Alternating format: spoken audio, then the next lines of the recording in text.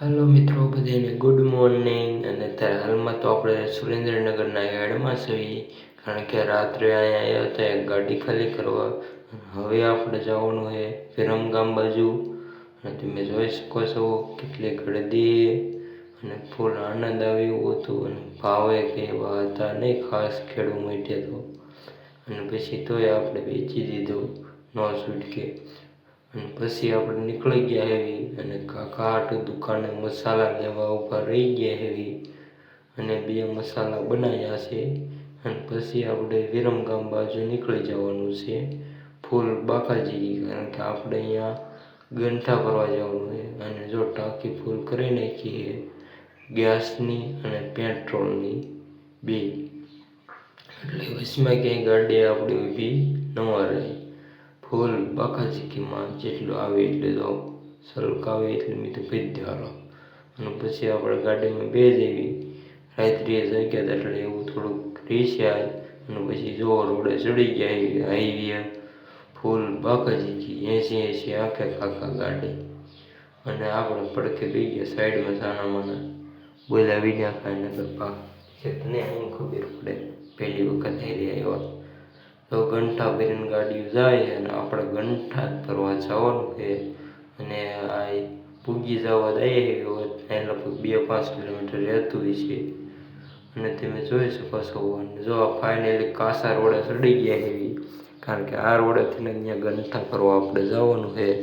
અને ફાઇનલી પૂગી ગયા આપણે. તમે જોઈ શકો છો પીળું કટર અહીંયા આ આપણા બાબુ કાકાનું કટર છે. અને ફૂલ બાકાજી બોલાવીને આ રે આપણા બાબુ કાકા અને મહેશભાઈ હે આપણે. પછી જો એ મહેશભાઈને એક લારું જોડાઈ દીધું રાંગડું, એટલે વેલ્ડિંગ કરાવવા કંઈક જવાનું છે તૂટ્યું છે. એ અહીંયા જાય છે ટ્રેક્ટર લઈને, પછી વેલ્ડિંગ કરાવી આવે ફૂલ બાકાજીકી. અને આ બધા આવી ગયા છે કારીગર. આપણે ગંઠાની ગાડી ભરવાની છે એની. અને કાકાને રગડા જેવી ચા પીને આપણે આવી ગયા ગાડી લઈને પડામાં. જો આ ગંઠા ભરવાના ને આ બધી ગંઠા ભરે બધા. અને આપણે જો હામાં શેઠે ફરતા ફરતા આ શેઠે આવવાનું છે, એટલે એ શેઠે વ્યાજ આવી ગાડી તો વહી ગઈ. અને આપણે રહી ગયા. અને પછી આપણે હાલવા મળી ગયા હેવી રનિંગ, કારણ કે બીજું શું કરવું અહીંયા જવા માટે.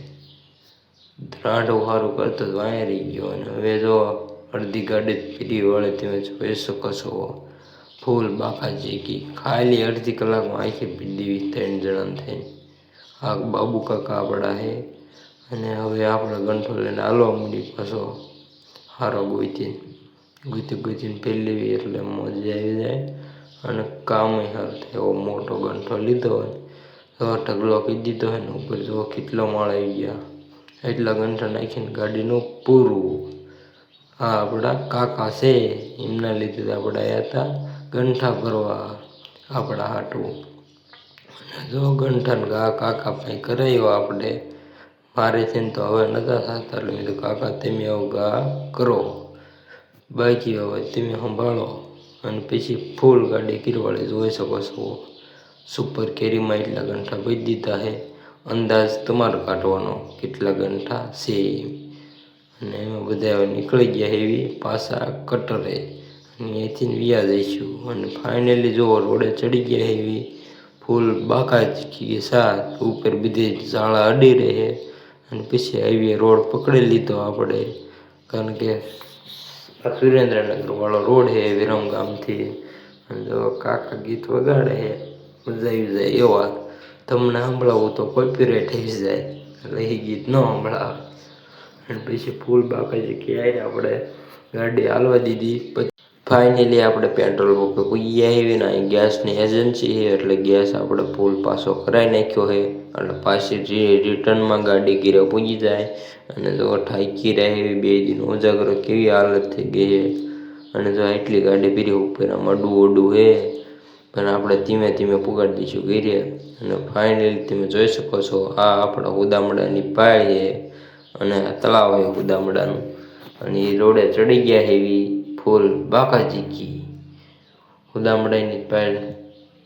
પછી છે એ ખબર મને એની કઈ ખબર રહે. અને પછી જો ફાઇનલી આપણે આ રામાપીરનું મંદિર આવી ગયું છે. જય રામાપીર કમેન્ટ કરતા જઈજો અને ફૂલ બાકાજી કી હારે. અને આ રામાપીરનું ખરેખરનું આયોજન છે તમે જોઈ શકો છો. ફૂલ બાકાજી કી ફાઇનલી આપણે વાડીએ પૂજી ગયા એવી. આવા નવા વિડીયો જોવા માટે આપણે ચેનલને સબસ્ક્રાઈબ કરી નાખજો. બધાનો ધન્યવાદ. હર હર મહાદેવ.